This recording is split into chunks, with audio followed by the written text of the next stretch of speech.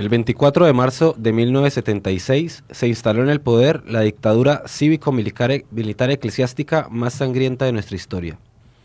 En los meses previos, los grupos de ultraderecha ya se habían incorporado al aparato del Estado. Con el golpe, recrudecieron sus acciones y se sumaron a las diversas operaciones ilegales de las fuerzas castrenses. Así, el terrorismo comenzó a manejarse con total impunidad desde el Estado, ejerciendo todo su poder sobre las actividades y acciones realizadas por quienes planteaban la vida de la lucha armada, sobre activistas y militantes que no la consideraban una opción y también sobre la población en general. Ejecutaron un plan sistemático, cuyo fin era disciplinar a la clase obrera y quebrantar su capacidad de lucha y resistencia. La dictadura se planteó varios objetivos: cambiar la relación de fuerzas en favor de la clase dominante, aniquilar al movimiento obrero y estudiantil que venía en alza desde el Cordobazo, pero fundamentalmente eliminar a miles de dirigentes y militantes de organizaciones políticas y sindicales, destruyendo así toda forma de organización social. Se conocen en la actualidad más de 600 centros clandestinos de detención, tortura y exterminio que funcionaron en todo el país. Allí se torturaba, violaba, asesinaba o se mantenía en cautiverio en tremendas condiciones a miles y miles de detenidos y detenidas. Los represores conservaban con vida a mujeres embarazadas hasta el momento del parto en maternidades clandestinadas, para luego apropiarse de sus bebés recién nacidos. Las violaciones, las torturas, las ejecuciones en enfrentamientos simulados, la desaparición de los cuerpos y la apropiación de niños y niñas fueron prácticas sistemáticas y planificadas por el terrorismo de Estado.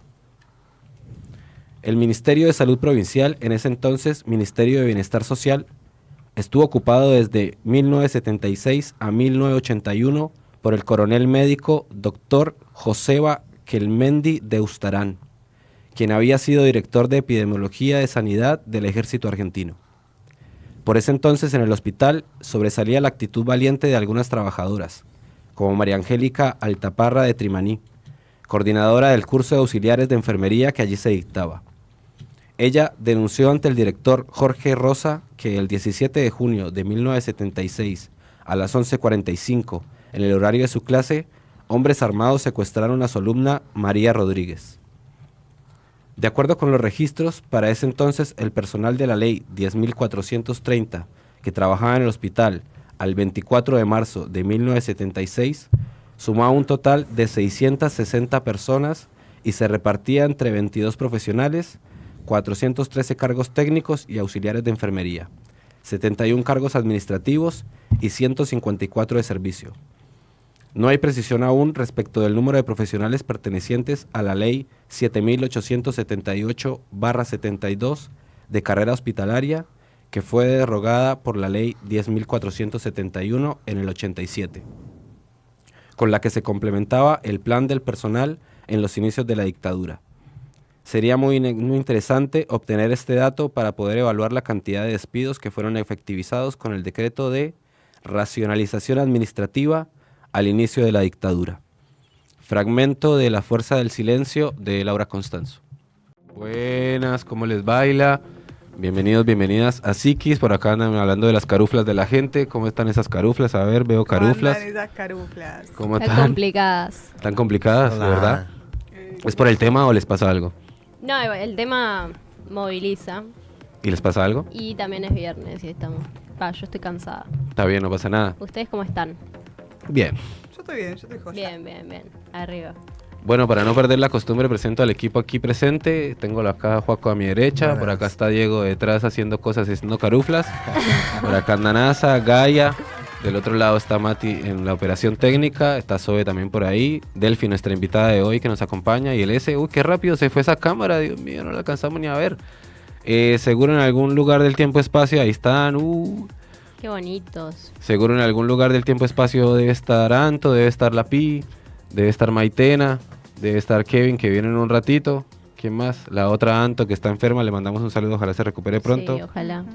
Y bueno, hoy vamos a hablar de salud mental en los 70s, época en la que me parece que ninguno de nosotros estaba vivo, pero que bueno, vale la pena ver qué onda, qué pasaba en esa época, así que vamos a hablar de eso.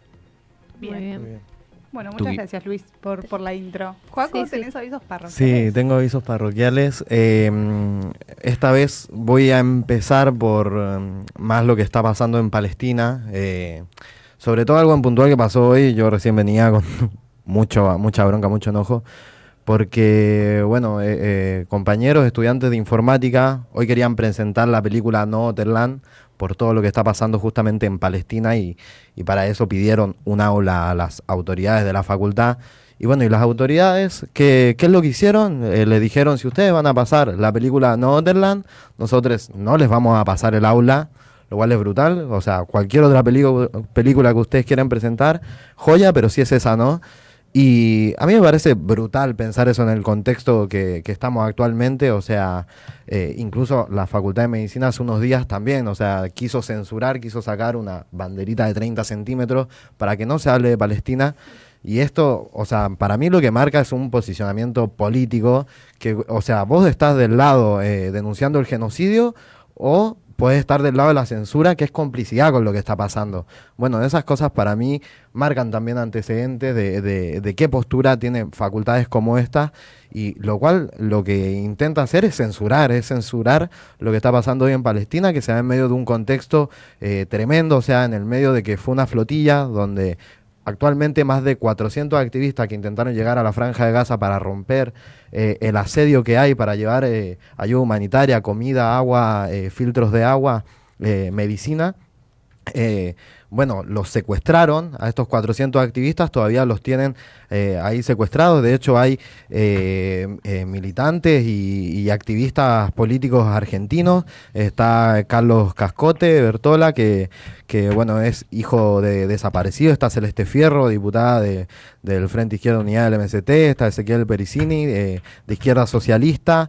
Está Nicolás Calabrese, de la red de Brasil, del Partido Socialismo y Libertad, y bueno, y Bruno Gilja, que es un compañero, bueno, de nosotros, del PTS, o sea, en mi caso, del MRT en Brasil.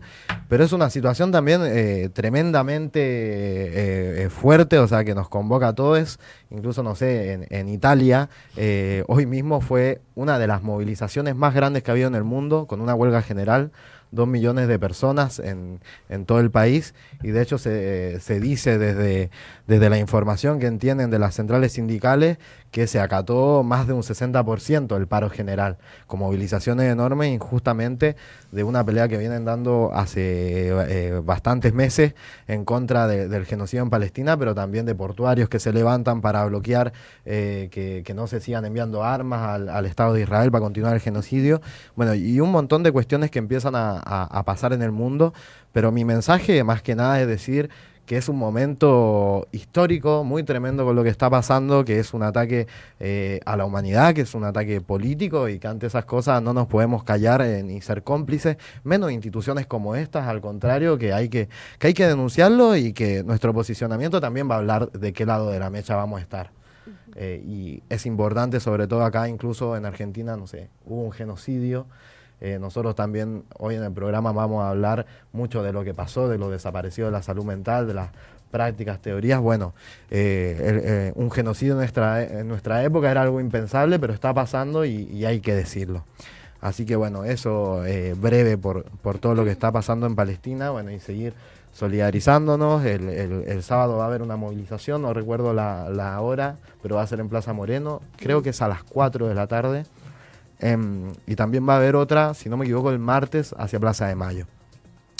Y después, bueno, por otro lado, intentando volver un poco a otras cosas que están ocurriendo, bueno, en medio de la crisis del gobierno tremenda, está saliendo mucho expert en los medios, porque esta semana se empezó a reflejar el vínculo con los narcos que tiene, bueno, con un tipo que se llama Fred Machado, quien de hecho fue uno de los que aportó a la campaña electoral de José Luis Espert, que le prestó el avión, un jet privado 35 veces, y le dio $200,000.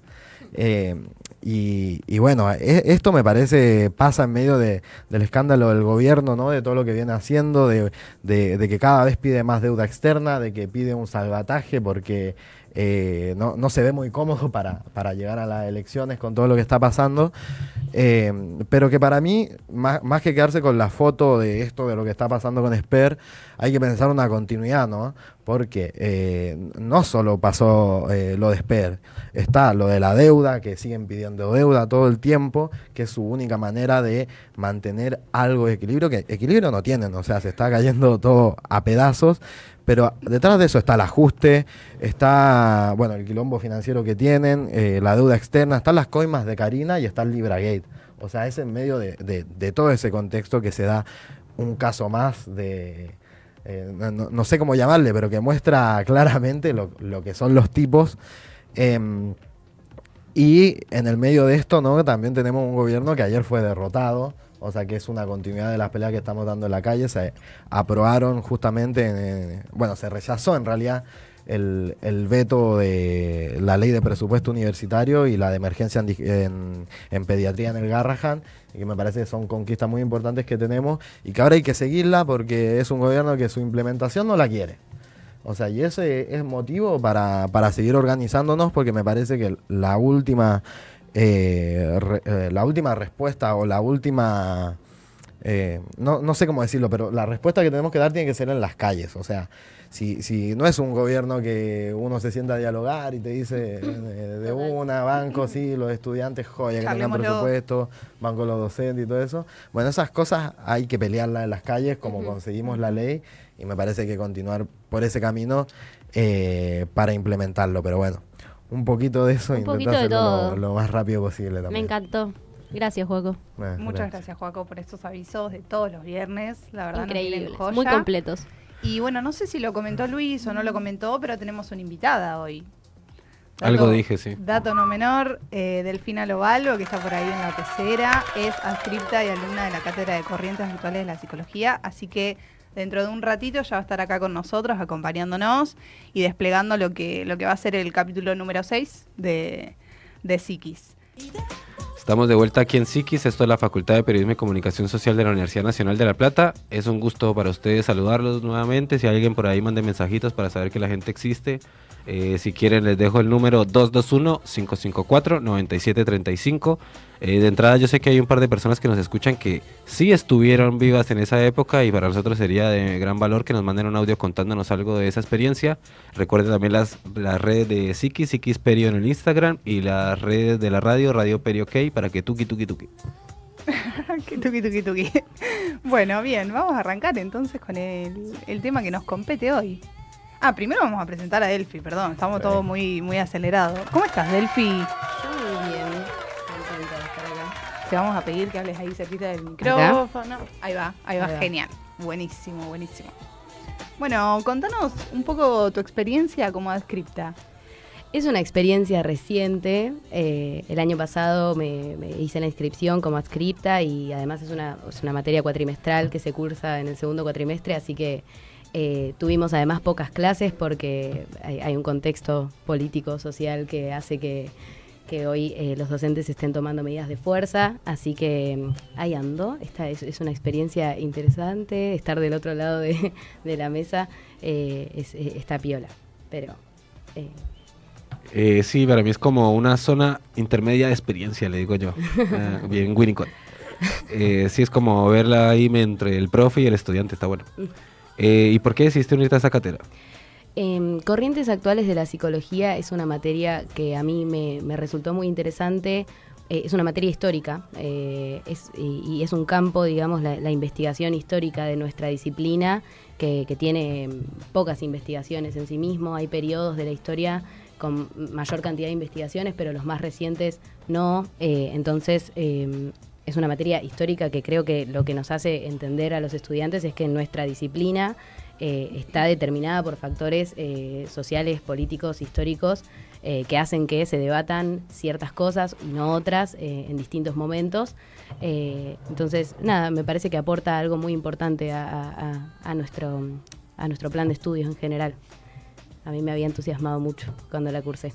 Sí, yo casi me anotó también de adscripta, pero al final después me bajé por tiempos y cosas, pero sí, está muy bueno eso. Ayuda también a comprender, creo, como, bueno, de dónde surge nuestra disciplina, cómo llega, cómo se recepciona acá en Argentina, qué es lo que se recepciona. Quienes no la estén cursando, cuando la vayan a cursar, apréndanse, tengan en cuenta este concepto de la recepción, porque se le da mucho énfasis. Así que sí, la verdad es muy, muy buena cátedra, y además de que son re piolas los profes, Sí. son muy comprensivos, y nada, traen temas y textos, la verdad que son muy interesantes, ¿no? Yo siempre digo que para mí debería estar en primero Corrientes, o debería tener, no sé, Corrientes 1, Corrientes 2, pero bueno, eso ya es opinión personal. Igual sí, aparte se llama Corrientes Actuales Mm. y en realidad te permite entender un paso de cómo se recepciona la psicología acá en Argentina, con sus contextos. Claro, lo que nos decían los profes era como, bueno, tal vez no vamos a ver tanto de la actualidad, o sea, la psicología en la actualidad, Claro. pero vamos a hacer un recorrido de todo lo que vendría a ser el pasado para también poder entendernos en el presente y también poder posicionarnos para un futuro, ¿no? Como esta cuestión de poder proyectar, que no es menos importante. Sí, yo creo que además aporta una concepción de la historia de no periodos cerrados que empiezan y terminan, entonces lo que se discutía en la disciplina empieza en esta fecha y termina en esta fecha, sino como esas cosas también se mezclan, Superponen, digamos. claro. Bien. Bien. Sí, en ese sentido cae este tema de la salud mental en los 70 porque la materia, la cátedra de Corrientes aborda mucho más que eso, pero creo que es la materia que mejor aborda esta problemática como de pensar qué pasaba en esa época, ¿no? Porque era un quilombo básicamente. ¿Por dónde quieres empezar? Para mí está bueno empezar a dar contexto de qué pasaba un poco antes, brevemente antes de los 70. Bueno, en el 68 estaba sucediendo el Mayo francés y la guerra de Vietnam, que daba unos aires, digamos, revolucionarios. Y en Argentina en particular, en el 69 sucede el Cordobazo, que es una insurrección obrero-estudiantil, que también se mezcla, digamos, con estas protestas que existían contra la guerra de Vietnam. De hecho, lo escuchaba Joaco hablar de Gaza y de lo que está pasando en Palestina y pienso cuánto tiene que ver, digamos, esto de las universidades que no se pronuncian o que lo quieren silenciar. Bueno, en ese momento había un movimiento estudiantil y obrero que dio una pelea muy zarpada para ponerle fin a la guerra de Vietnam. Y en particular en Argentina, en el 69 sucede el Cordobazo y empieza a haber en toda la sociedad y en el campo de la psicología en particular una politización muy grande. O sea, todo el mundo discutía de política, de qué pasaba en la sociedad, y se abrían debates en la psicología en particular de cuál era el rol del psicólogo en ese contexto. Existía la APA, que es la Asociación de Psicólogos Argentinos, que en esa época, durante los 70, sucede una ruptura, porque habían dos sectores, digamos. Había un sector que decía, bueno, los psicólogos tenemos que ser parte de discutir qué problemáticas hay en la sociedad y que nuestra disciplina sea una herramienta para la transformación social. Y había quienes decían, no, la APA tiene que ser apolítica, etcétera. Y eso lleva a una ruptura. Pero bueno, es todo parte como discusiones en las que los profesionales de la salud se preguntaban cuál era nuestro rol, o sea... Tiene que ver con, porque no recuerdo mucho, la cursé hace bastante, pero tiene que ver con esto de que se veía al psico como ayudante del médico. Sí, y había un psicoanálisis muy asistencial del punto de vista de que su campo de estudio eran las enfermedades mentales. En los 70 surge como una ola antipsiquiátrica con autores como Blecher, Pichon Rivière, que empiezan a hablar. Por ejemplo, Blecher habla de la psicohigiene y de una visión más profiláctica de la psicología, para prevenir problemáticas de salud, y surgían, o sea, el sistema manicomial estaba sostenido, digamos, existía, pero empezaba a ser cuestionado por estas corrientes con lo que le dicen experiencias piloto, Sí. donde habían comunidades terapéuticas, hospitales generales para la externación. Y bueno, se empezaban a discutir esas cosas, se empezaba a cuestionar mucho el sistema manicomial y una corriente antipsiquiátrica muy, muy fuerte. Qué bueno. Yo tengo algunos apuntes de uno de esos centros pilotos, y traje algunos punteos para compartir, ¿no? De qué se trataban o qué es lo que traían, ¿no? De nuevo. Y anoté, este centro piloto se llamaba, era en el Hospital Esteves, perdón, y tengo acá algunas cositas que decían: el proyecto consistía en organizar el centro piloto como una comunidad terapéutica, donde la comunidad y no solo los profesionales estaban a cargo de la rehabilitación, también proponían como cortar un poco con el hacinamiento, apuntaban a la desmanicomialización, que es un término que utilizamos mucho, que tiene que ver con justamente que las estadías en los hospitales, las estadías de los usuarios, se reduzcan en cuanto a cantidad de tiempo, ¿no? Que no se queden a vivir ahí e intentar lo que llamaban la resocialización. No sé si estoy bien o yo acá como Sí, Delphi, sí. vos decime si estoy tirando cualquiera. No, Sí, está sí, muy todo bien. eso también como siguiendo ciertas pautas que se marcaban en el mundo. No sé, acá estaba con Joaco buscando a Franco Basaglia para saber bien en qué época estaba vivo, pero más o menos es contemporáneo por ahí de esas épocas. En Italia esto, él era italiano, todo el movimiento de desmanicomialización que había en esa época, perdón, la palabra tal vez más difícil de decir de la facultad. Sí. Y era como que había esa onda, ¿no? Como que de repente muchas cosas más allá de lo político puro y duro, por decirlo de alguna manera, habían cosas que se podían cuestionar del modelo psiquiátrico. ¿Por qué lo digo de esta manera? Porque siento que son dos cosas que no necesariamente son planteadas conjuntamente. ¿Me hago entender a lo que voy? Como que siento que uno puede cuestionar el modelo hegemónico de la medicina y sin embargo no plantearse como posiciones políticas muy claras, ni que la salud mental está en el campo de la política y Claro, demás. eso era lo interesante, que traían propuestas además, no era solo denunciar, sino como que también invitaban a ya, eso es lo que más me quedó de Corrientes, como hay maneras diferentes de trabajar. Pasa que cada vez cuando aparece algo nuevo, algo que tiene que ver con lo comunitario, algo que tiene que ver con alejarse un poco de las lógicas de mercado, etcétera, siempre se tiende a reprimir eso, ¿no? Sí, no sé si iba a decir algo, pero acá tenía, o sea, como que también me acuerdo como que, bueno, vos rescatabas como todas las discusiones que habían y también se abría como un imaginario del mundo, ¿no? Lleno de revoluciones, bueno, la revolución cubana, el mayo francés, bueno, distintos hechos estaban ocurriendo, pero también, o sea, atravesados también por un contexto, no sé, político, social, económico, ¿no? Donde, no sé, habían discusiones sobre todo por todo lo que venía pasando con la posguerra, la urbanización acelerada, la pobreza, el desempleo, no sé, la falta de vivienda, la falta de condiciones básicas para vivir, y como que esas condiciones, ¿no? que las daba el capitalismo, que las daba también una situación de mucha crisis, mucha guerra, todo eso, bueno, estaba acompañada de grandes revoluciones en el mundo y movimientos, me parece que también impactados como al calor de eso que los influenciaba en todo el mundo. Bueno, vos nombrás lo del movimiento de la desmanicomialización, bueno, en Italia, como que es re importante para pensar porque ahí también se ponía en cuestión contra ciertos modelos más autoritarios o de disciplinamiento, bueno, incluso, no sé, en Argentina el Cordobazo, o sea, que tira abajo una dictadura, bueno, un contexto muy represivo, como que pone también, me parece, en tela de juicio el rol o sea, la función social de la psiquiatría, ¿viste? Como modelo médico hegemónico, y un poco me parece como que, o sea, yo como lo que veo es que sectores críticos empiezan a plantear como que todo esto funcionaba, o sea, como la psiquiatría en su momento funcionaba mucho para controlar y disciplinar a quienes salían de esa normalidad, de esa normalidad que querían, respecto al orden que quería, ¿viste? O sea, como funcionar para trabajar, hacer todo lo que tenés que hacer con lo poco que tenés. Incluso, no sé, a la gente subversiva también la controlaban por medio de estos dispositivos.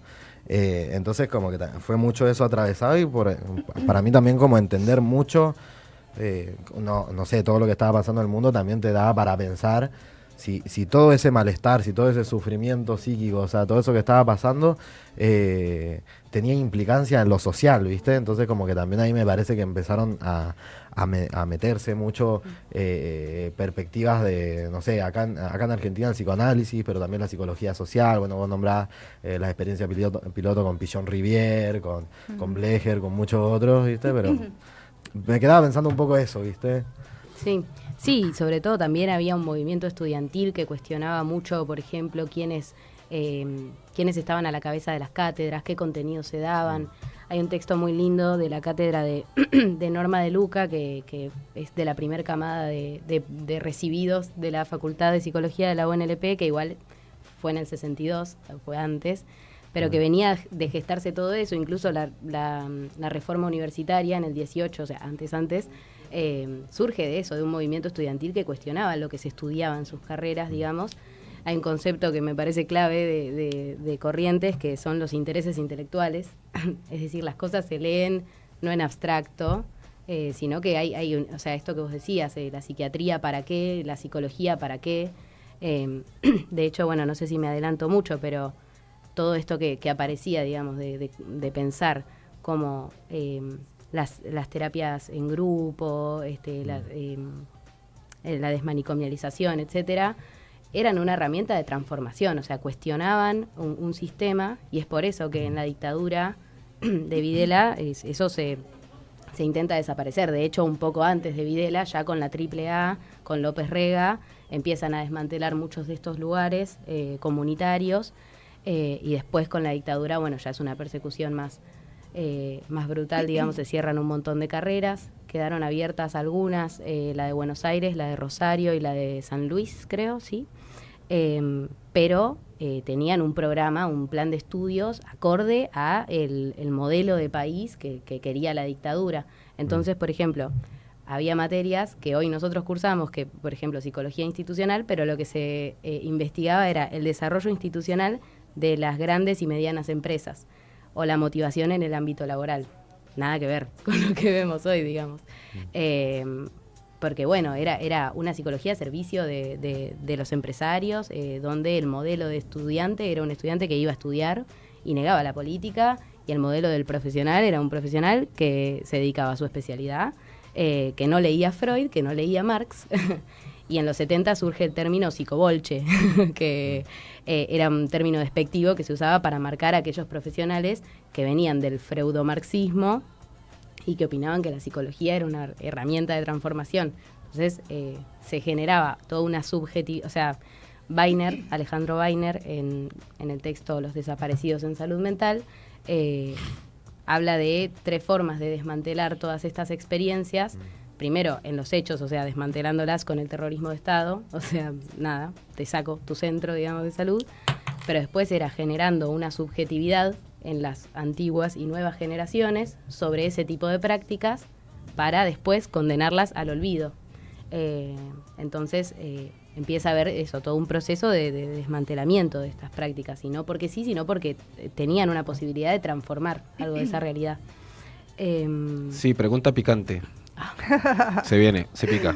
No sé si estoy lista. ¿Qué papel creen que ocupó el psicoanálisis en ese jueguito que hay, como por decirlo de alguna manera? ¿Creen? Creo yo. Sí. Bueno, durante la dictadura los planes de estudio que se seguían dictando estaban muy alejados del psicoanálisis. Por ejemplo, era una práctica perseguida también el psicoanálisis. Blecher, por ejemplo, cuando habla de psicohigiene, dice el psicoanálisis tiene hoy un rol muy asistencial con respecto a las enfermedades mentales y fin. Sin embargo, él opinaba que que como método investigativo, como método de investigación, servía para cuestionar, para pensar otro psicoanálisis operativo, creo que le dice, para prevenir y pensar la salud. Entonces, también fue una disciplina perseguida. Además siempre fue como medio en contra de lo establecido, podríamos decir un poco, ¿no? Sí. Como siempre fue disruptivo el psicoanálisis. Sí, yo lo planteo porque hay como una leyenda urbana ahí que en parte es cierta, como por eso utilizo la palabra creer, ¿no? Como desde la perspectiva personal también. Perdón, hay como una postura de que el psicoanálisis, al ser un encuentro uno a uno, iba en contra o a contramano de esas prácticas más grupales, de ver cierto sentido en lo social y demás. Y nada, para mí es un debate muy válido, como... No sé si necesariamente por ser un encuentro uno a uno decanta en una desubjetivación o una algo fuera del sentido de lo social y demás, y no por algo ser grupal necesariamente también refleja algo de lo social, ¿no? Como que siento que no es algo tan lineal, pero hay como esa discusión, la he escuchado. Yo, perdón, no, dale. una vez vino Alejandro Weiner a la facultad y dio un ejemplo. Yo jamás podría decir los números que él dijo, no me acuerdo. Sí. Pero habló como de 2 momentos de Freud, y hay un momento de la obra de Freud hacia el final en la cual él plantea que el acceso a analizarse y a la salud mental tiene que ser para todos, y que el Estado debía encargarse de que eso alcance a todo el mundo, y de hecho se llevó adelante en algunos lugares. Está la creencia de que el psicoanálisis era para mujeres de la élite burguesas que eran histéricas y fin. Bueno, eso en la historia no fue tan así, entiendo. No, de hecho hay ejemplos en la Revolución Rusa de cómo se intentaba incorporar el psicoanálisis para también transformar las perspectivas de cómo se trabajaba con respecto a, bueno, distintas cosas, la familia, los malestares. Re interesante, igual para otro capítulo. Porque yo creo que los 2 puntos son interesantes, ¿no? Sí. Como un poco eso del 1 a 1 en cuanto a la intimidad y cosas que tal vez uno necesita decir, ¿no? A una persona solo en particular o que va apuntado para eso, y también el hecho de lo colectivo, porque por supuesto vivimos en una sociedad y nuestros vínculos nos constituyen también. Entonces no sé si me quedaría como una buena, otra mala, o cuál sí o cuál no, sino tal vez complementarlas, que es como lo más interesante, me parece. Sí, de hecho, porque yo estaba pensando alrededor de eso, había toda una discusión incluso si eran, como que se empezó también a cuestionar como la clínica como dispositivo, no sé, si psicoanalista, pero más elitista, ponele. Eso se entró en cuestionamiento también, o sea, no era que se tomaba... Estaría para cuestionarlo hoy también, ¿no? Claro, ¿viste? Más sobre todo con la crisis en salud mental que hay, ¿viste? Tal cual. Y era re interesante porque una discusión que a uno le puede parecer básica, pero se planteaban si eran profesionales de la salud o eran trabajadores de la salud. Un montón. Y esa discusión era re interesante porque ser profesional de salud implicaba que vos tenías el saber y ya está. O sea, y bueno, nos veíamos ahí en la clínica, charlábamos un poco, listo. Y la perspectiva de que trabajaban de ser, la perspectiva de ser trabajador de la salud mental implicaba incluso pensar el trabajo con otros, interdisciplinario, intersaberes, pensar que había una práctica psicoanalítica propia del espacio, o sea, no sé qué dispositivo, del dispositivo que sea, pero que eso era acompañado de pensar una transformación social, porque los malestares también estaban atravesados por las cuestiones sociales, políticas y económicas que sucedían en ese momento, y entonces ellos decían, ser trabajador de la salud mental es trabajar con la salud mental de las personas, pero no hay salud mental si no combatimos el capitalismo que te Tal lleva a estos lugares de precarización, de sufrimiento, de todo esto. Y a mí como que esa discusión me parecía muy interesante, incluso en su momento se arma todo lo que es la coordinadora de trabajadores de la salud mental, que también es tremenda. Creo que también era impulsada por Beatriz Perocio, que bueno, ella también es desaparecida en dictadura, justamente, que es parte de esas experiencias piloto, esa organización que existía y que la dictadura intentó desaparecer, ¿viste? Tengo un datito, Weiner dice que fueron 110 trabajadores de la salud mental y 66 estudiantes los desaparecidos. Y bueno, él dice que no solo desaparecieron personas, sino también teorías y prácticas. Y algo que me hiciste pensar con todo lo que vos trajiste, Joaco, es que también sucedió que post dictadura tuvieron que empezar a pensar unas, más que decir nuevas teorías, diría nuevas prácticas o nuevas maneras de abordar situaciones que eran inéditas en el mundo, como esto de la expropiación de hijes, ¿no? Como se robaban bebés. Entonces tuvieron que empezar a pensar cómo trabajar con la subjetividad de un montón de personas que habían pasado por hechos completamente horribles. Eso me parece como muy, muy flashero. Sí, yo aprovecho, les recuerdo que estamos charlando con Delfina Lobalvo, ella es estudiante adscripta de la Cátedra de Corrientes. Gracias, Delfi, por estar acá. Sí, más o menos esto que veníamos hablando de que al parecer el psicoanálisis en realidad sobrevivió gracias a que planteaba un 1 a 1 y no representaba un riesgo para esos fines sociales y demás. Hace así, quiero saber por qué es así. Y porque de los autores que se consideraban peligrosos en ese momento y fueron censurados, iban de Marx hasta Freud, por ejemplo. A Freud también lo censuraban y no se daba en las carreras. Sí, y además tenían grupos clandestinos, o sea, para seguir Para discutiendo y seguir, recepcionando el psicoanálisis, Claro. no sé, Con está... Oscar Mazota, me parece, puede Sí, ser. recontra. Tipazo. Bueno, justo me acordaba un poco de eso, habían grupos, había uno que era como las catacumbas, puede ser. Un nombre que siempre me cuesta, pero creo que se llamaba así. Y sí, tenían, hacían todo eso en clandestinidad, ¿viste? Porque Claro, no te quedaba había otra. forma. Claro. Yo Tremendo. creo que, y para mí, deben haber distintos autores, ¿viste? Pero pues, también en la revista Topía, que bueno, gran tipazos, que escriben Las huellas de la memoria, Sí. bueno, textos que se ven en Corriente, recuperan algo de esa tradición, ¿no? Como re importante también ese trabajo de retomar eso que ocurrió para también, bueno, vos lo decías, pensar un futuro. Sí, tal cual. Tenemos un comentario, ¿lo leo? Así Bueno, y mándele. seguimos. Silvia Susana Juárez, mi madre, te mandamos un beso. Dice, buenas tardes equipo, quienes vivimos la dictadura en la adolescencia no sabíamos mucho. Me tocó la secundaria, no se hablaba solo del mundial. En nuestra ciudad se enteraba el que tenía un familiar cerca. Tremendo. Eso es lo bueno de tener esa data como más de primera mano, porque insisto, Mm. como que nosotros no estábamos vivos y siento que un poco la dinámica va en como en tratar de construir qué era mito, qué era más realidad. Por ejemplo, yo en una época escuché que la carrera de psicología se había cerrado y no sé qué tan certero es ese dato. ¿Tiene data de eso, Delphi? Se cerraron un montón, otras, o sea, quedaron abiertas eso, la de Buenos Aires, la de Rosario y la de San Luis, pero además con una política en la que volvían los exámenes de ingreso con la política de los cupos. Entonces Claro. se iban reduciendo los cupos y en algunas hubo lo que se llamaba el cupo cero, que es como decir, bueno, esta es la última matrícula, no entra más nadie. Entonces se van recibiendo las camadas hasta que de repente no hay más nadie que lo esté estudiando. Entonces, sí, algunas se cerraron, otras quedaron abiertas, pero con políticas que apuntaban a cerrarlas. De hecho, los docentes que podían dar clases antes eran investigados por la CIDE y muchos estaban ligados a las Fuerzas Armadas, al cuerpo de psicólogos de la ESMA, o sea, cosas muy terribles. Era si existía en pos de el proyecto de la dictadura, o sea, no te dejaban ir a estudiar otra cosa, digamos. Pero me quedaba con algo, perdón, No, está bien. me quedaba con algo que decía Joaco de pensar, bueno, Weiner, Alejandro Weiner, en Los desaparecidos en salud mental, él retoma esto que él escribe, con Enrique Carpintero escriben Las huellas de la memoria, que son 2 tomos enormes, es un trabajo de investigación histórica muy zarpado, yo no lo leí todo, evidentemente, pues una cosa enorme, y dicen que Las huellas de la memoria tiene 2 sentidos. Uno es lo que nos marcó y hoy constituye nuestro núcleo de identidad, pero además también son las huellas de un camino a seguir. Y él dice, la memoria tiene su importancia para la actualidad. No considero que la memoria sea simple rememoración. Para mí una memoria es la que toma el pasado para el presente y el futuro.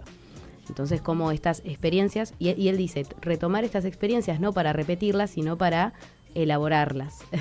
Freud. Muy psicoanalítico. Muy freudiano. Pero sí, como para pensar que de eso sirvió, que no, que se puede retomar.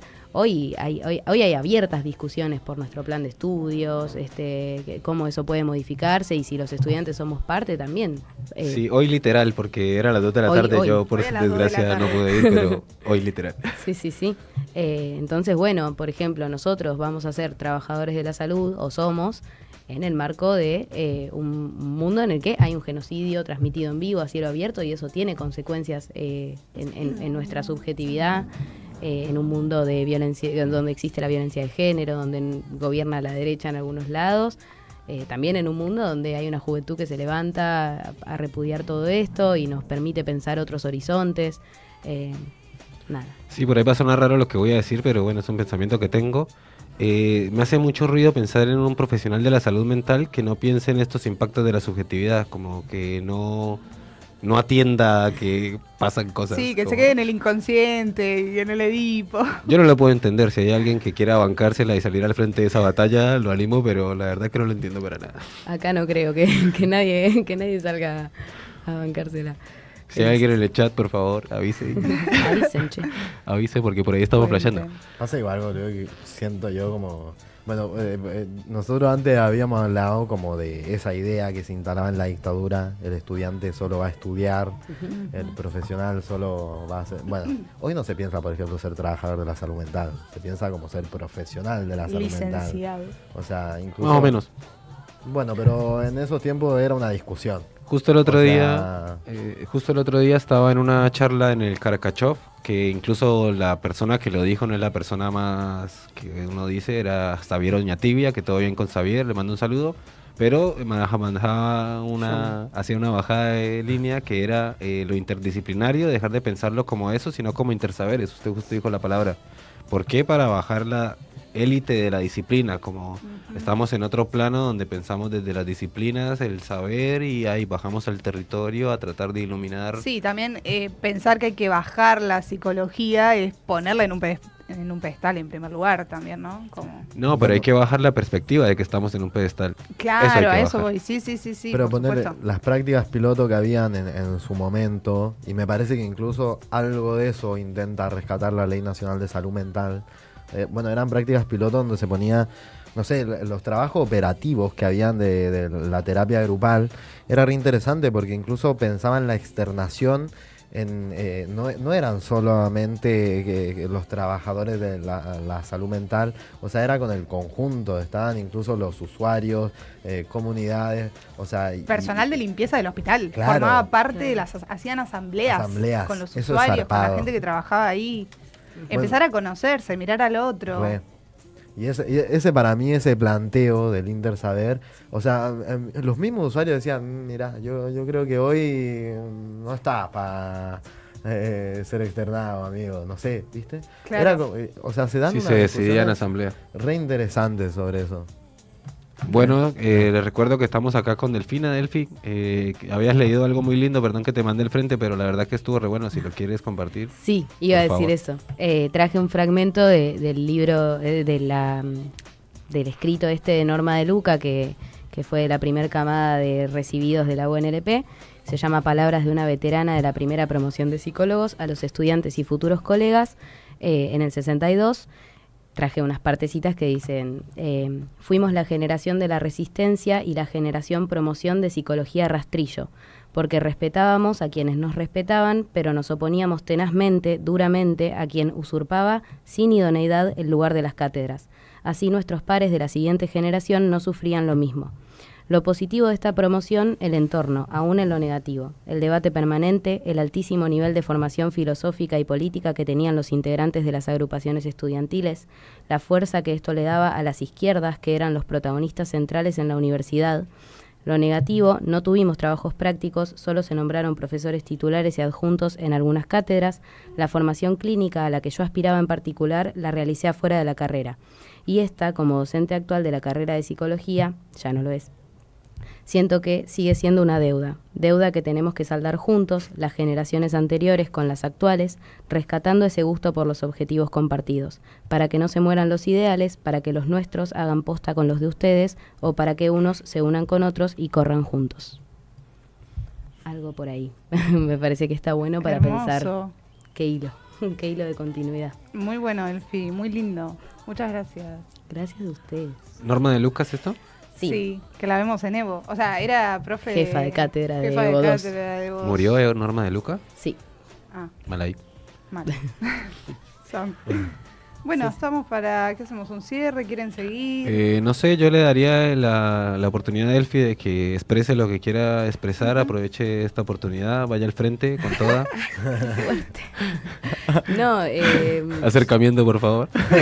no, nada, agradecer este espacio. Me parece que está buenísimo que usemos estos espacios para pensar nosotros como estudiantes de psicología y también cada quien poder pensar qué profesionales o qué trabajadores queremos ser en un contexto en particular y qué experiencias hoy nos permiten no empezar de cero, digamos. La dictadura o los de arriba lo que quieren es que no tengamos memoria para que todas las veces volvamos a empezar de cero. Entonces, recordar esto y esto que dice Alejandro Weiner de, bueno, qué cosas sirvieron, qué cosas no, qué retomamos y reelaboramos de lo que sucedió para pelear hoy, me parece que es necesario. Está buenísimo que en esta radio podamos hablar de eso. A mí me encantó lo que, o sea, como cierre que acabas de hacer y lo que venimos charlando. Pero quiero que con esto que decía al final, o sea, porque incluso pensando, ¿no? Bueno, justo antes lo decíamos, si bien no es el mismo contexto, sí hay un montón de cosas que nos atraviesan, ¿viste? Bueno, vos lo decías, hay genocidios, hay crisis, hay deuda externa, hay precarización, no sé, hay guerras, hay levantamientos en el mundo, o sea, uno ve Indonesia, Nepal, lo que pasa en Italia, no sé, Perú y bla, bla, bla. Y yo te quiero preguntar también, o sea, estamos en esta época, estamos en una crisis en salud mental acá en Argentina, están pasando todas estas cosas. Y en nuestra facultad se está discutiendo la posibilidad de reformar el plan de estudios, que además lo quiere hacer el SACAU. El SACAU es un organismo privatizador, o sea, que va en esa perspectiva, ¿viste? Con una continuidad de lo que fue la LES en su momento, de pasar contenido a posgrado, de pagarlo, bueno. En ese sentido, o sea, también, no sé, te pregunto, también retomando algo de lo que traías hoy de los 70, para pensar eso, o sea, ¿qué opinás de esa discusión sobre el plan de estudios y todo eso? ¿Qué opino de la discusión del plan de estudio? No, nada, a mí me parece que hay psicólogos, hay trabajadores que nos han dejado un legado muy importante para hoy pensar nuestra disciplina como una herramienta de transformación social. Yo creo que hoy en las facultades se habla de muchos temas y de muchas cuestiones de interés, pero para mí es importante pensar el conocimiento no como simple curiosidad o algo que tenemos porque nos interesa y fin, sino de qué nos sirve para transformar algo. Entonces yo creo que hoy, por ejemplo, nuestro plan de estudios no puede no estar atravesado por la perspectiva de género, no puede no estar atravesado por una perspectiva de derechos humanos. De ahí se puede empezar 1000 aristas, no puede no estar atravesado por la opinión de cada uno de los estudiantes y docentes. Esto no se puede discutir entre 4 paredes, tenemos que ser parte todos de pensar qué queremos estudiar, y creo que hay una historia que nos permite imaginarnos cómo hacerlo, con qué herramientas poder discutir algo de eso. Adhiero A mí completamente. Sin palabras. Literalmente sin palabras, coincido en todo. Bueno. No, lo único que yo quiero decir es, ya que se está hablando tanto del plan de estudios, atentis. Atentis. Estemos despiertos, con las orejas abiertas, porque cuando te querés acordar, el plan de estudios Te lo cambié. va para cualquier otro lado que tal vez no nos interesa, o tal vez no nos representa, o representa a algunos pocos, o no tomamos ninguna decisión sobre eso y se modifica. Entonces, como, bueno, empezar a reconocer y a darnos cuenta de que tenemos como esa potencia, ¿no? Como estudiantes somos estudiantes activos, o podemos llegar a hacerlo. No sé cómo decirlo, pero tenemos con qué. A eso voy. Tenemos con qué. Mi profe de Corrientes dice, el claustro más grande es el de los estudiantes, así que si ustedes se organizan, Exacto. estamos en una. Bueno, ojalá suceda algo de eso. Vamos a ver qué pasa. Agradecemos la presencia de Delphi, invitadísima Gracias a cuando ustedes. te parezca. Estamos acá para ello. Buenas, ¿cómo les baila de vuelta? Estamos aquí una vez más. Ahora cambió un poco el equipo. Está Kevin Coppola. Bienvenido, Kevin. Gracias, muchas gracias. Soy Kevin Coppola, estudiante de Psicología de 5º año en la Facultad de La Plata. Así que nada, un orgullo la verdad estar acá por primera vez. Bienvenido. Bienvenido, Gracias. Kevin. Gracias. Dale. Se va sumando gente al baile. Sí, Hay que literal. bailar. Lo tiramos así menos de nada al baile. Espero sea cómodo, tranqui. Vamos a ver qué pasa. Este espacio lo administran ellas, así que nosotros somos espectadores pasivos de lo que ellas quieren hacer. Bueno, esta es la columna de Abro Debate, como todos los viernes, en este horario, a las 5 de la tarde, hablamos sobre algunos temas que nos parecen que presentan generalmente 2 posiciones o más. En el capítulo pasado hablamos sobre si monogamia o no, por ejemplo, ¿no? Esto de las relaciones abiertas, relaciones cerradas, etcétera. Ya que estoy de paso, vayan a YouTube si les interesa saber sobre vínculos amorosos o bueno, O no saber. O no Saber. saber. O darse cuenta Sí, que sí, no se sabe. puede nombrar. Exacto. Bueno, ahí lo tienen en YouTube. Y bueno, lo que trajimos hoy es algo que se debate continuamente a lo largo del tiempo y a lo largo de la historia sobre si fueron 30.000 o no. Desde ya, este debate va a ser diferente a los anteriores porque nosotras ya tenemos una posición, ya Sí. nos posicionamos por un lado y bueno, nada, eso, como ya estamos posicionadas, no es que va a ser una cuestión de algo subjetivo de, bueno, voy por acá o voy por allá, ¿no? Sino, nosotras ya tenemos nuestra posición y la vamos a ir desarrollando a lo largo de esta columna. Sí. Bien. Por un lado, o sea, primero, en relación a lo que venía diciendo NASA de nuestra posición, nosotras como que lo que queremos remarcar también es que lo que se tiene que discutir es en relación al criterio de verdad y al criterio de la interpretación histórica, ¿no? Por un lado tenemos una posición que dice que no fueron 30.000, sino que fueron 8.753. Esta cifra surge de denuncias oficiales recolectadas en los primeros años después de la recuperación de la democracia, y que hay un informe del CONADEP, que es la Comisión Nacional sobre la Desaparición de las Personas, que entregó a Alfonsín en 1984 y mencionaban este número. Pero igual, justamente, declaraban que esta lista todavía seguía abierta, ya que se había basado en denuncias de familiares y sobrevivientes, pero que tenían todas las razones para que sean más. Bueno, hay una posición que se basa en esto fáctico de que hay Claro. 8.000... Ante la 700. denuncia de... 8.753 creo que es, Hmm. ante las denuncias de muertes. Claro. Ujú. Hay otra posición que ahora la vamos a ver más en un video, pero es como, estamos hablando de desaparecidos, o sea, justamente lo que no hay es cuerpos, no se puede factizar, tipo, cuántos desaparecidos hubieron si los cuerpos no están. Sí. Em, Y para eso trajimos un famoso reel de Martín Cohen, que seguro ya lo vieron, pero es genial porque yo creo que hay que verlo cada tanto porque es magnífico cómo él lo explica, seguro mucho mejor que nosotras, así que vamos con ese reel. Hay un carácter singular de lo que pasó en la Argentina. Y no me refiero solo a la lucha armada, ni estrictamente a la lucha armada, que es un capítulo particular que me interesa muchísimo. Después del 24 de marzo del año 76, la capacidad de combate y de operación de las agrupaciones armadas estaba prácticamente desarticulada.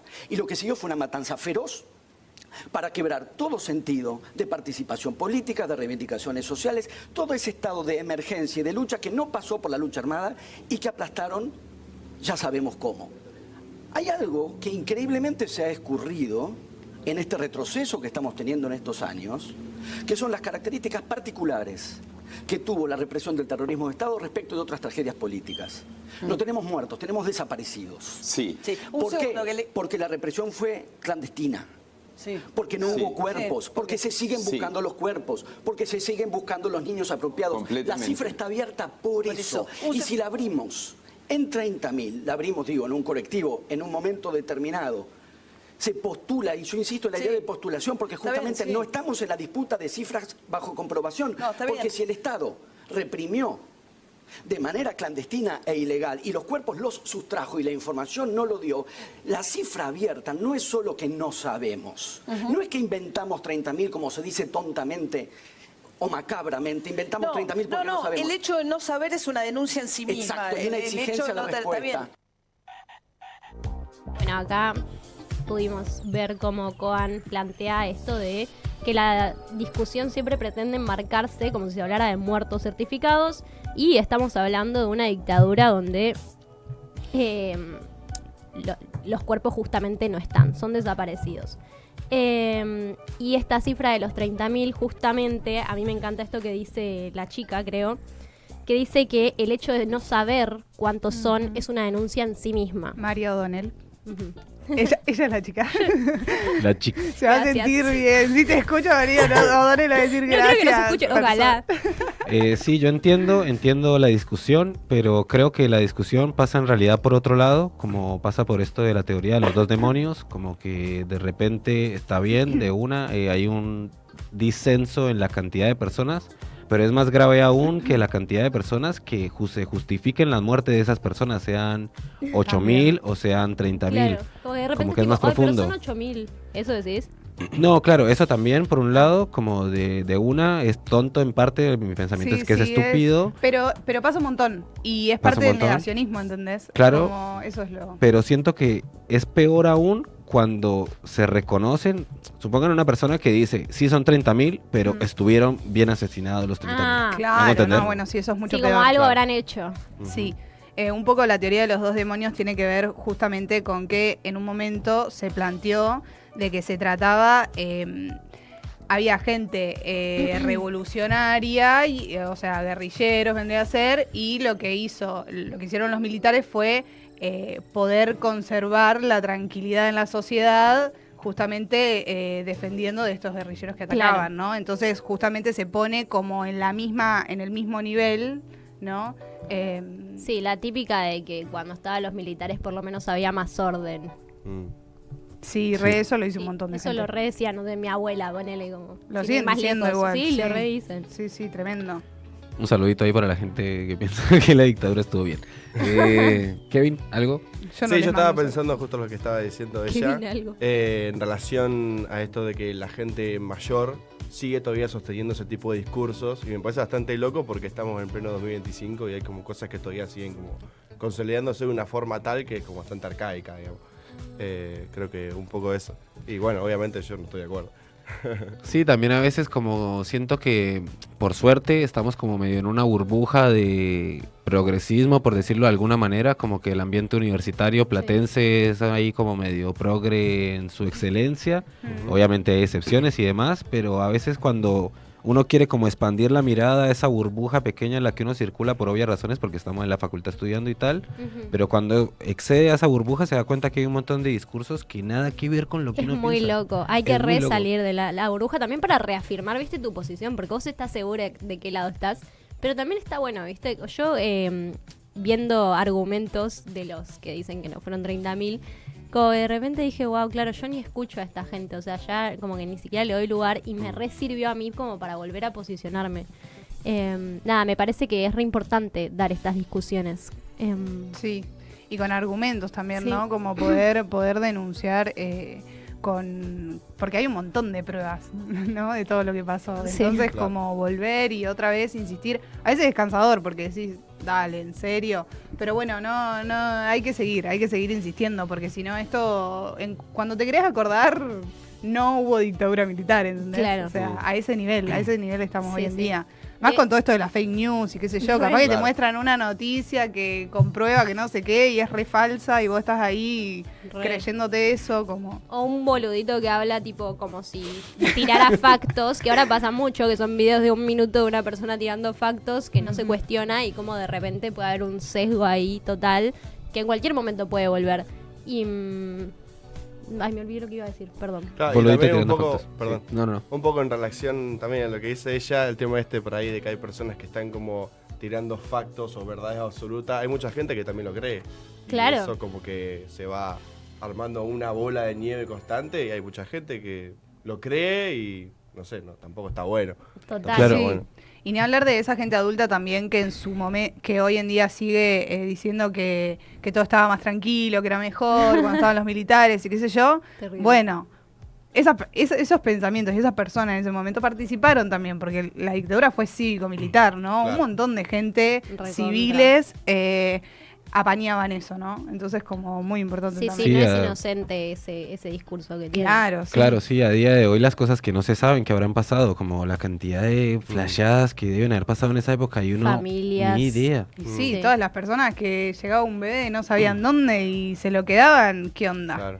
Sí, Sí. también como remarcar esto, que es algo que pasa mucho con Milei, que a mí no me gusta, como esta onda del boludito de Twitter, como siento que a veces es minimizar a la persona que expresa ese pensamiento y me parece que no es el camino, como que eso, yo siempre pongo a Agustín Laje en el medio. ¿Por qué pongo a Agustín Laje en el medio? Porque es una persona, un intelectual, es un profesor incluso, creo que da clases en una universidad, todo, y el loco no es ni loco, no es ni tonto, no es ni boludo.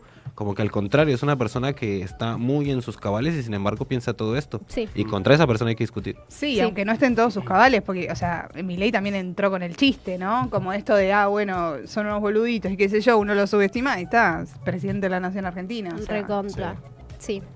Bueno, así que nada, eso, como que dudamos un poco en un momento con NASA, como, che, pero esto ya no es una discusión, es Claro, raro traerlo en un agrodebate. Mm. Pero por otro lado vemos que hay personas que se siguen posicionando desde ese lugar y está bueno traer las dos posiciones y en este caso sí afirmar la nuestra, ¿no? Claro, sí, sí, no tanto como los otros capítulos que capaz era como, bueno, sí, yo me inclino por acá, yo prefiero ir por allá, como una cuestión más subjetiva y light, sino bueno, Claro. hay cosas, el otro día escuchaba a la negra Bernasi que decía, hay cosas en las que no se puede ser tibio y la verdad coincido. Tal Yo cual. que me considero tibio a veces. Sí, aprovecho para leer un comentario que creo que estamos por cerrar este bloque. Dice Silvia, en cada marcha siento que tanta seguridad en manos de Bullrich. Siento que podría volver, me aterra. Sí, tal Y cual. sí. Sí, y ahora mismo en Chile también mataron a una mujer que estaba defendiendo la naturaleza, básicamente. Todo el tiempo están pasando cosas así que se relacionan con el golpe de Estado. Y en cualquier momento siento que podría volver y está siendo Sí. medio el mecanismo que está tomando el gobierno en este momento. Sí, sí, por eso banco Sí. mucho Santiago lo que decías Maldonado. vos, Luis, de no minimizar esos discursos, ¿no? Como, sí, son unos boludos, no saben nada porque... sí, No es lejano. Hay que tomárselo en serio. Sí, es, tal cual. Sí. es serio. Ujú. Bueno, creo que estamos. ¿Les parece bien? Vamos a una pequeña pausa. No sé si vamos a escuchar música o qué onda, pero vamos a parar un ratito y volvemos con la columna de ese Sí. que nos va a contar sobre psicoeducación. No, ¿qué, No, qué nos va a tenía contar ese? sobre ¿Ese dónde está ese? un proyecto de investigación de Julio del Cueto que se trata de las emociones y qué rol juegan en un genocidio desde la psicología cognitiva. Qué Gracias, suerte que nos da perdón. pauta. Sí. Buenas, estamos de vuelta. Qué frío que hace, sí señor, pero acá porque tenemos el aire, afuera no hace tanto frío. No, está hermoso el día. Bueno, recibimos a Zoe que nos viene a acompañar también en este Buenas. ratito. Che, está re bueno este lugar. Sí, está re bueno esto de rotar también. Y a ese que nos Hola, ¿cómo acompaña con están? su columna. Ese el espacio es suyo. Ya, bueno, charlemos un poco. Saludemos. Está No, bien. ¿cómo están? ¿Cómo estás ese? Bien, Estoy cansado, pero bien. está bien. Bien. Hago una pequeña corrección a la introducción que hizo Guy. Está así escrito en mi defensa. Sí, yo te lo pasé mal. O sea, es una Ah, corrección bueno. a lo que dijiste vos que te dije yo. Bien. No, porque No me hago cargo. el proyecto de investigación no es sobre genocidio, es sobre discursos de odio. Bien. La relación la quiero hacer yo con el genocidio. ¿Qué pasó? Mati, no hace falta que pongas la foto. Gracias. Porque, nada, pobre Mati, le echo la culpa y yo le cambié el orden de las fotos. Porque iba a arrancar por un tema, pero vamos a arrancar por la mitad de lo que quería hablar, porque me pareció más importante según lo que venían diciendo en el programa y demás. Así que quería arrancar con un relato, así me voy a poner a leer, perdón, en el que dice... Es un relato de Ana María Mohamed, sobreviviente de un secuestro en un centro clandestino de detención en Córdoba. Ok. En el consejo en el que estuve encapuchada todo el tiempo, me dicen que no estaba claro de qué me iban a acusar. Y el que era mi defensor, Romero, en ese momento me llevó al costado, me puso una pistola en la cabeza y me dijo: acá tenés que declarar todo, porque si no, yo no te voy a poder defender. Luego de unos meses, en enero del 78, cuando yo ya estaba en la cárcel, me llaman a las oficinas y se presenta un militar. Y me dice que el consejo de guerra anterior se disolvió y que me van a hacer otro consejo más. Después me dice: yo voy a ser tu defensor, pero te voy a aclarar acá que para mí, vos y todos ustedes tienen que estar muertos todos bajo tierra. Tremendo. Wow. Bien. Qué tremendo. Este relato da cuenta un poco como de la incubación del odio que se estaba dando en la década de los 70, pero ya venía un poco de antes con otras dictaduras en nuestro país, pero que está muy marcado en la década del 70, 76, 80. Y que da cuenta como este proceso, más que nada en el relato se ve como muy crudo, este proceso de deshumanización de las personas, que termina como marcando esta línea medio simbólica, es una línea que no existe, es invisible, pero entre tipo nosotros y ellos. Esa siempre tan marcada división Re. entre el endogrupo y el exogrupo, como se dice en la psicología, que bueno, es un poco lo que la antropología llama como etnocentrismo, como la predominancia de un grupo por sobre otro, como creer Claro. que mi propio grupo es mejor y superior al resto, Sí. y marca esa separación entre ellos y nosotros. Bien. Bien, entonces, pensando un poco esto, y pensando cómo relacionar con la psicología, hay un componente esencial en ese proceso de deshumanización y esa incubación, que es el odio como emoción. Y si hay algo que la psicología puede hacer con las emociones es estudiarlas y ver Menos que mal. también qué relación pueden tener también con la historia incluso, porque un poco lo que hablaban hoy es que la psicología también es una ciencia que es histórica, o sea, que va a responder a respuestas y preguntas que son de un momento específico. Y bueno, ¿por qué no analizar en este proyecto de investigación en el que estamos analizando, todavía no, estamos muy arrancando recién, pero cómo las emociones morales, como el asco, la vergüenza, el odio, terminan influyendo en la propagación o no de discursos de odio. Claro. Entonces, bueno, ¿qué papel juegan las emociones? ¿Qué papel juega el odio en ese proceso de deshumanización que hubo en la dictadura? ¿Cuál es la búsqueda? ¿Qué buscamos? O sea, ¿qué se buscó en ese momento con la deshumanización de las personas? Generar en el otro. Bien.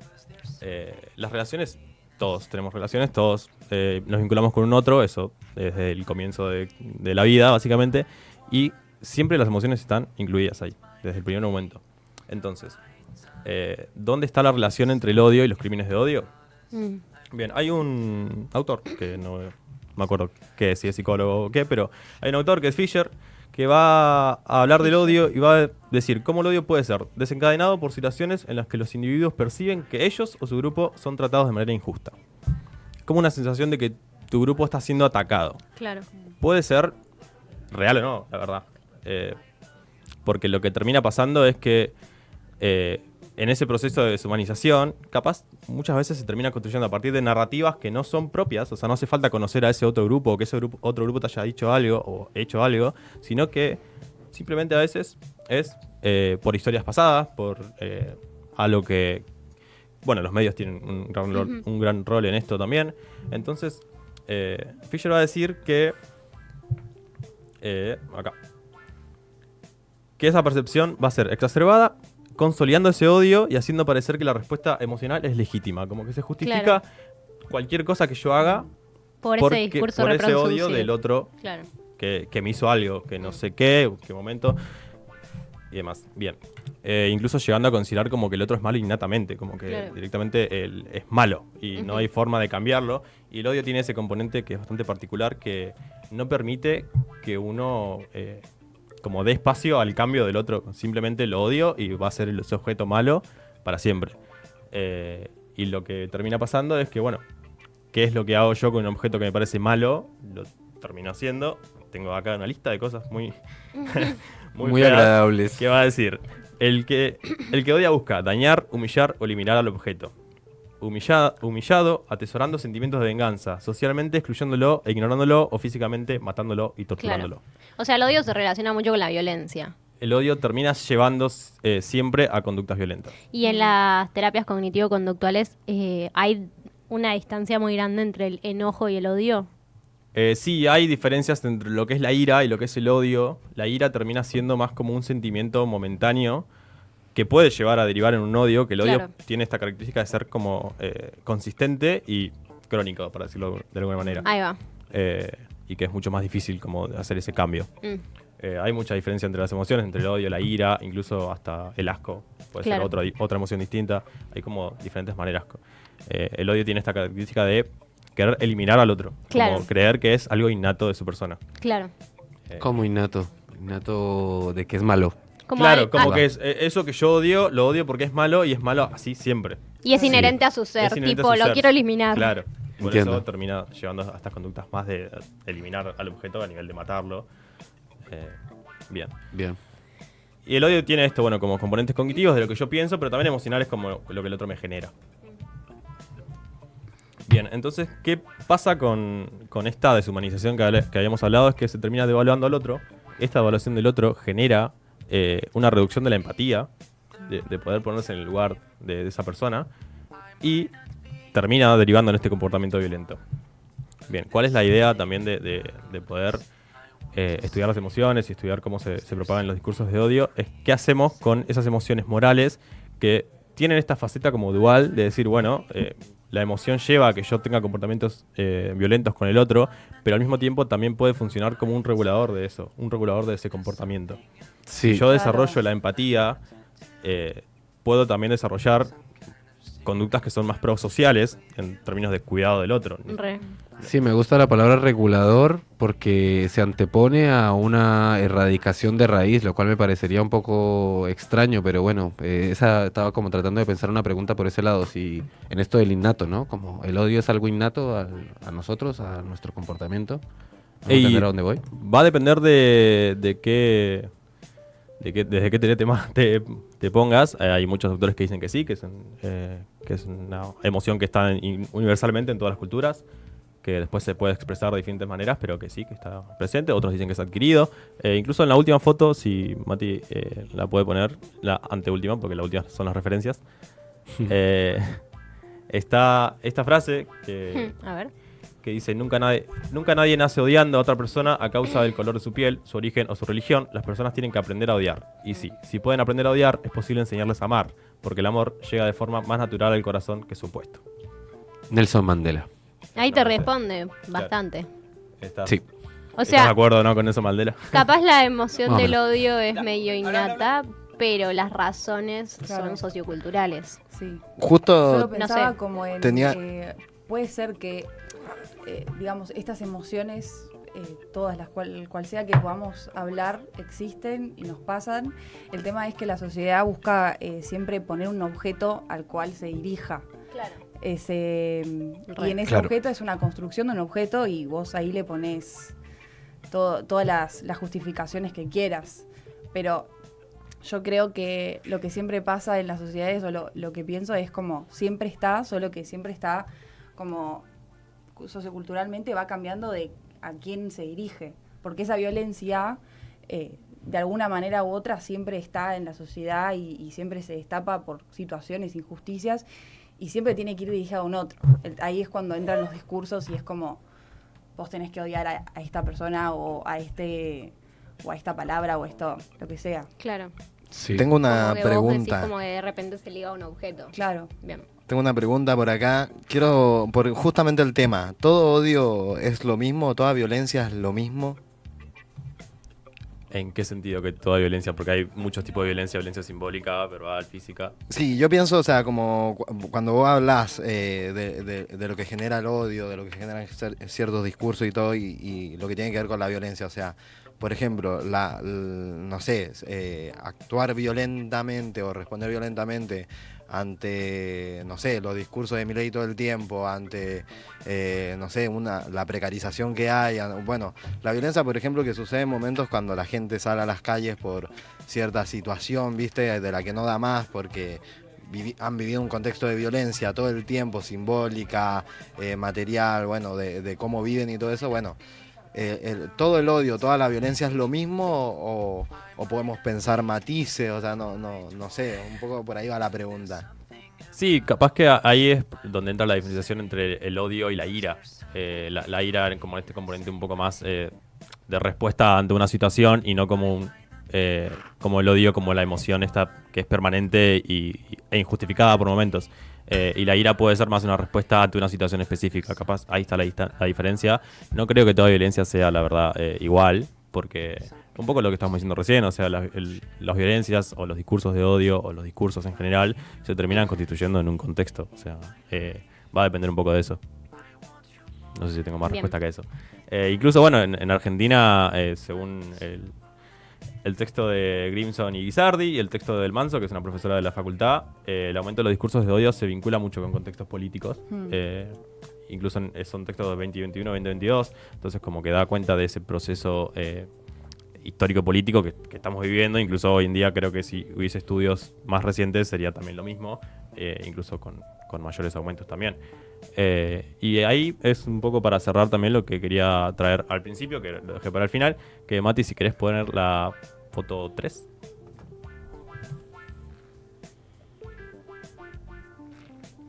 Que, bueno, como ya traje el anterior, es traer un poco de datos que son del Laboratorio de Estudios sobre Democracia y Autoritarismos, el LEDA, en donde hace un análisis de todo el país en relación a los discursos de odio y dice que un 26,2% promueve o apoyaría discursos de odio, un 17% permanecería indiferente y un 56,8% va a criticar o desaprobar estos discursos de odio. Un 16,8. Es como que parece un poco alentador igual el panorama, pero también hay una... Pero de discursos de odio en general. En general, sí, discursos de odio en general pueden ser políticos, racistas, de religión. Futboleros. También. Claro. Después hacen una distinción como que en el centro del país y en el noreste del país son un poco hay un aumento de estos discursos de odio, en la parte que está marcada un poco más en en rojo. En o rojito, naranja. sí. Donde el centro y el noreste tienen más o menos 30% aproximadamente. La Patagonia es la que menos tiene, con un 20%. Re pacíficos amor. parece. Eh, y después en la provincia de Buenos Aires, en Cava, también 24-22%. Hay una diferencia también por edad. Los millennials, de la gente de 24 a 40 años, A ver. más o menos, tiene los mayores registros de grado de acuerdo a emitir y replicar discursos de odio. Mirá. Un 31%, y si se consideran también a los que gente que dice indiferente, es un 46,7%. O sea, casi Bien. la mitad de los millennials Claro. están a favor de los discursos de odio. Bien. Sí, yo pienso por ahí, no quiero enredar mucho la conversación, pero pienso en la identidad, como que me sale esto de lo futbolero también. y que se abre más, como a Psicología de las veces... masas. Claro, y a veces como que por constitución de la identidad propia uno termina odiando o anteponiéndose a otro grupo identitario, casi que por sentido de vida, como a veces ni siquiera en un sentido violento, y no sé eso, como cuál es la Si hay un línea yo, tiene que haber un divisoria. otro Claro, que se diferencie de mí. claro. Sí. Como que siento que cuando lo pienso en ese sentido se me dificulta como pensar una fórmula para que eso... Y es un líder que te dice a qué odiar y de repente vos estás inmersa en esa dinámica, pero ¿qué tanto lo elegiste? ¿No? Claro. Es que esa identificación juega en esta idea de un ellos y un nosotros, o sea, identificarte con tu propio grupo, va a llevar a tener mucha más empatía, a desarrollar empatía por tu grupo, entonces a sentir Claro. que hay algo que está atentando contra eso. Más odio. Es ahí donde genera el odio. Saben que el otro día había visto un video de Jorge Pinarello haciendo un análisis sobre películas de guerra y cómo eso cambiaba en el tiempo y cómo perpetuaban discursos de odio o perpetuaban ¿cómo decir? Como el mea culpa, decir, che, como que dependiendo en qué etapa de la guerra estaba Estados Unidos, él hablaba más que nada de las películas de guerra producidas ahí, cómo el arte se ponía en juego para producir sentidos en cuanto a dibujar un enemigo. Entonces, cuando estaban en plena guerra era retratar a través de películas un enemigo. Sí, los Como alemanes en son común. malos. Como los musulmanes, tipo terroristas y cosas así, que son todos discursos que se construyen a través de diferentes formas. Las películas y los medios audiovisuales son una gran herramienta. Re. Y como después de la guerra había como un mea culpa tipo, che, o sea, traumas, o sea, como todo lo malo que trae la guerra y las muertes y, bueno, Claro. genocidio. Incluso no en películas necesariamente que hablen de guerra, ponele en algo más inocente o que aparenta ser inocente como series de Disney, no sé, A Todo Ritmo, no sé si se acuerdan de esa serie, A Todo Sí. Ritmo, No. las que bailaban. Bueno, los malos, los hermanos, los rubiecitos, eran rusos y se los burlaba incluso por su acento. Y bueno, A Todo Ritmo yankee. Tal cual. Sí, sí. Tenía dos cosas para decir. Uno, voy a seguir con esto último porque uno de los textos que tomé como referencia habla un poco de esto, de que la búsqueda del grupo mayoritario, que termina siendo como el perpetuador, termina siendo como, bueno, yo soy superior que vos. Eso es el racismo, capaz. Sobre los discursos construidos es, los musulmanes son malos y promueven el odio, entonces hay que hacer algo porque me pueden Claro. atacar. Terminan ¿Qué? siendo en un montón de etcétera Sí, sí, de sí, discursos que son construidos. Claro. Esto de que el odio no necesita conocer a la otra persona termina siendo también eso. Tal cual. Que esto de los musulmanes, bueno, sí, con Palestina hoy en día. También, exactamente, sí. Sí, sí. Y lo otro era sobre la identidad o la identificación, que no tengo algo específico, pero sí el índice, uno de los índices que marca este informe de LEDA, habla de la diferencia entre la gente que se autodenomina como empleador, la gente que se autodenomina como empleado obrero y la gente que se autodenomina como no trabajador. Ajá. Hay una diferencia entre quién propaga más o menos discursos de odio. Y, ¿Ah, a sí? verla. Sí. Acá. Porque Inesperado. hay como un dato de que la variable de educación entra en juego ahí también, pero este estudio lo que hace es entrecruzarlo con... Te amo, juego. Para no dar conclusiones cerradas y reduccionistas, lo entrecruza con este dato de la identificación en términos de lo laboral. Entonces tenemos que la categoría patrones, dueños o empleadores tiene un 33,4% de aprobación en discursos de odio y lidera el top, básicamente. Y obvio. Los que se asumen como empleados u obreros tienen un 28, o sea, no es tan distante, pero sí es un poco significativamente menor, y después el resto tiene 22, 20. Para el resto, ¿cómo era el título? Está acá, creo No que empleados. es como no trabajadores haciendo changas, desocupados, trabajadores familiares sin remuneración. No Claro. formales, No digamos. formales, sí. Y claro. claro, Sí, sí, están sí. como más por fuera de esa dinámica de... Sí, qué loco que igual que Empleado. aparece en todos los grupos, como que eso, más allá de su posición laboral y demás, como que sigue apareciendo se presentan los discursos de odio. Sí, ¿no? sí, sí.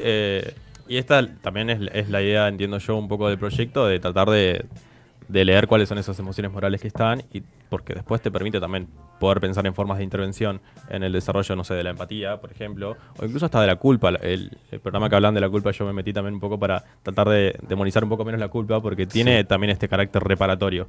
O sea, uno cuando siente culpa porque hizo algo malo y tiene ganas de recuperar, como de arreglar aquello que rompió. Claro. Eso es lo que Medio dicen algunos difícil de que los pase con estudios. el odio. Claro, el odio es otra cosa. Y la vergüenza también tiene esa cosa también un poco de... Es como similar a la culpa, pero se liga más un poco más al asco y entonces como que no termina llevando a tratar de arreglar algo como si la culpa. Bueno, les tiro una pregunta para que vayamos cerrando más o menos este bloque. Está extendida la pregunta para la gente de afuera, también puede responder. La pregunta es, ¿qué se les hace difícil no odiar? Repito la pregunta, ¿qué se les hace difícil no odiar? Diría un hincha de gimnasia a los de estudiantes. A los Claro. fachos. A los fachos, dicen por allá. Qué Estoy en una radio que no Bueno. me permite decir lo que pienso. Decilo. A ustedes. Al psicoanálisis. Sí. Al psicoanálisis. Pero vos me decís en serio que se te hace difícil no odiarlo. No, lo que no termino odiando, lo que me cuesta no odiar es al desconocimiento que hay, que se replica mucho en la facultad en relación Claro. a estos temas, no al Entiendo. psicoanálisis como tal. Claro, igual es difícil ahora con esta consigna que das, se me hace difícil pensarlo en cómo definió el odio de querer exterminar a Claro, eso que odio. claro. Como que nada, creo que nada. ¿Nada? No odio tanto.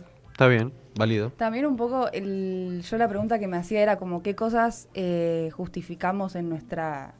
O sea, qué cosas odiamos, o no sé si odiamos, pero diferenciamos de nosotros y decimos, yo como que estoy mejor. ¿Me explico? Ahora les compliqué el uso del término odio. Sí. Yo estoy mejor, o sea, soy superior como a eso. Claro, como Sí, qué cosa claro. con cierto grupo o gente nos sentimos de esa manera. Claro. Como Claro.